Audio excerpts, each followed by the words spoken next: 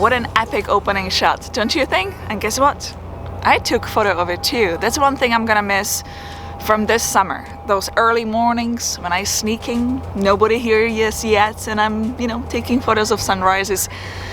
I'm gonna miss that for sure. Anyways, my new toy here is Samsung Galaxy S10 Plus, and I'm gonna be pairing it today with DJI Osmo Mobile 2 Gimbal.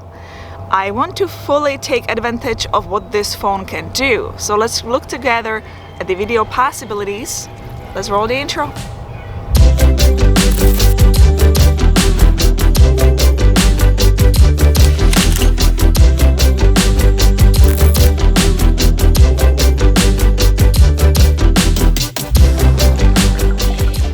And for the new faces like you, welcome to my channel. My name is Zdenka Darola. I work as a photographer since 2007. I make tech reviews, tutorials and creative camera challenges.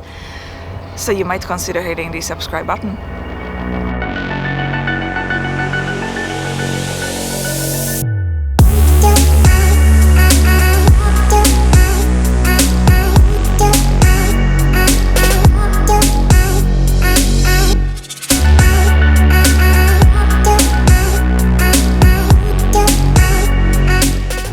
Shopping for the new phone a few weeks ago, what really sold me on this one is the fact that it has 3 cameras in the back and 2 cameras in the front.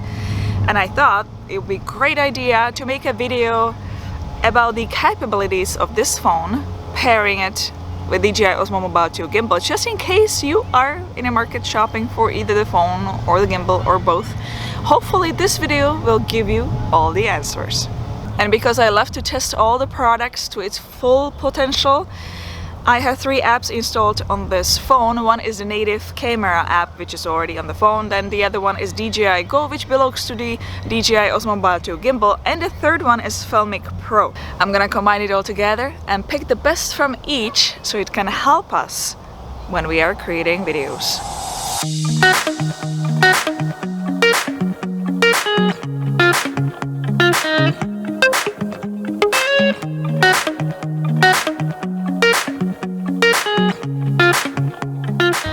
First of all, let's open up DJI Go app and let's see what's offered here.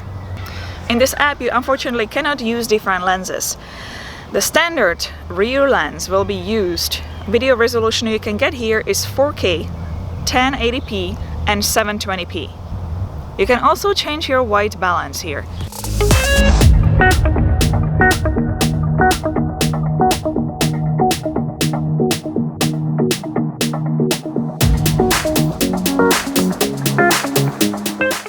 I would mainly use DJI Go app to capture time lapses, hyperlapses and motion lapses.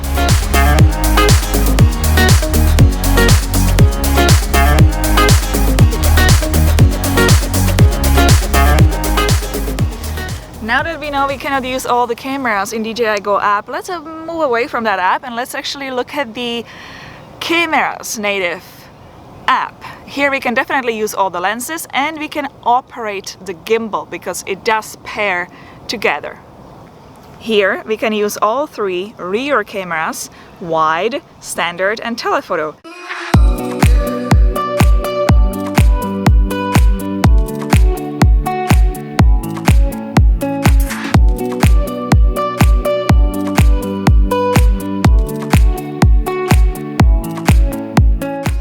If you turn super steady on, you can only use one lens. It is a little bit wider than the standard lens.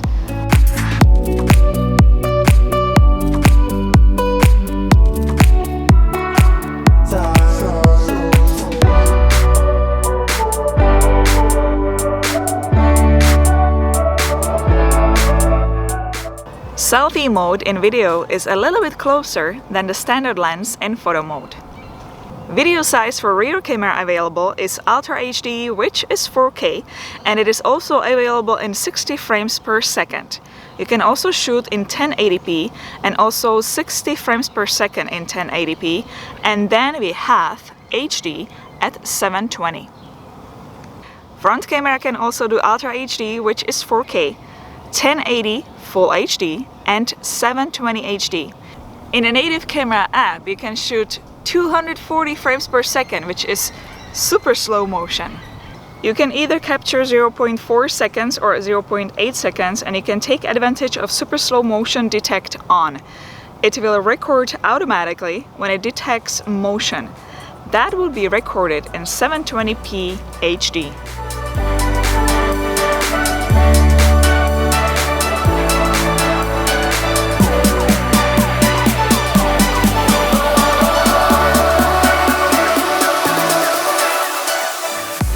There is another option when it comes to slow motion. You can record at 120 frames per second and it will be saved at 1080p Full HD.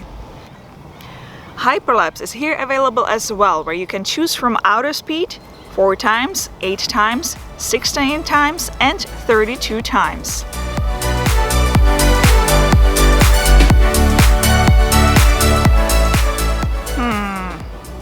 Knowing this means that if I want to capture time-lapse, hyperlapse and motion lapse, I know that I'm gonna use DJI Go app because it does offer more options. You can fully customize it, you can change the speed and all that. Yeah, I'm gonna use the DJI Go app. But if I want to film regular footage, I know now that I'm gonna use native camera app because I can use all those lenses. But if I want to film video in full manual mode, I want to control completely everything, I'm gonna open up Filmic Pro app. Let's look at that one.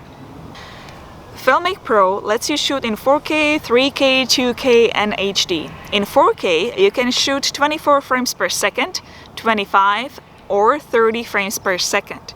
If you want to shoot slow motion at 120 frames per second or super slow motion at 240 frames per second, that will be recorded in 1080p HD, which is much better than recording in 720p, which native phone app offers. And I would absolutely record slow and super slow motion in this Filmic Pro app, but when you're recording super slow motion at 240 frames per second, you can do playback only at 60 frames per second.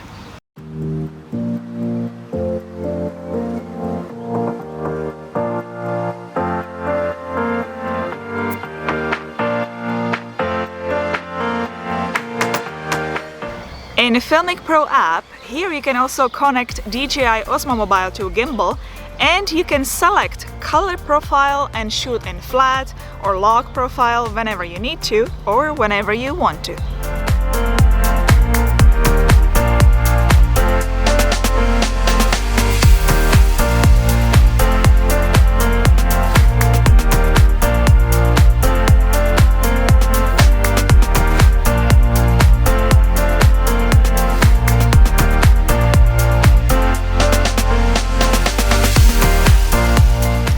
So let me summarize it.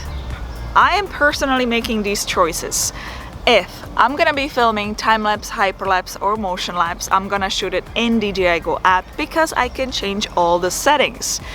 If I'm gonna shoot fully manual mode, if I want to shoot in flat profile, log profile, then I'm gonna film in the Filmic Pro app.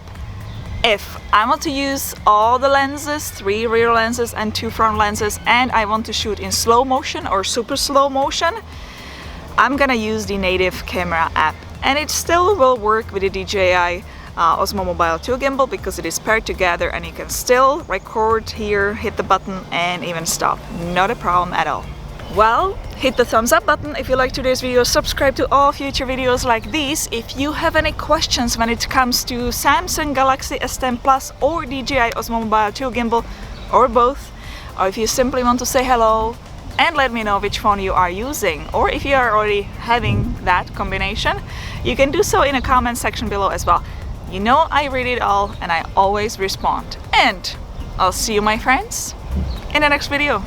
Ciao. Ahoy.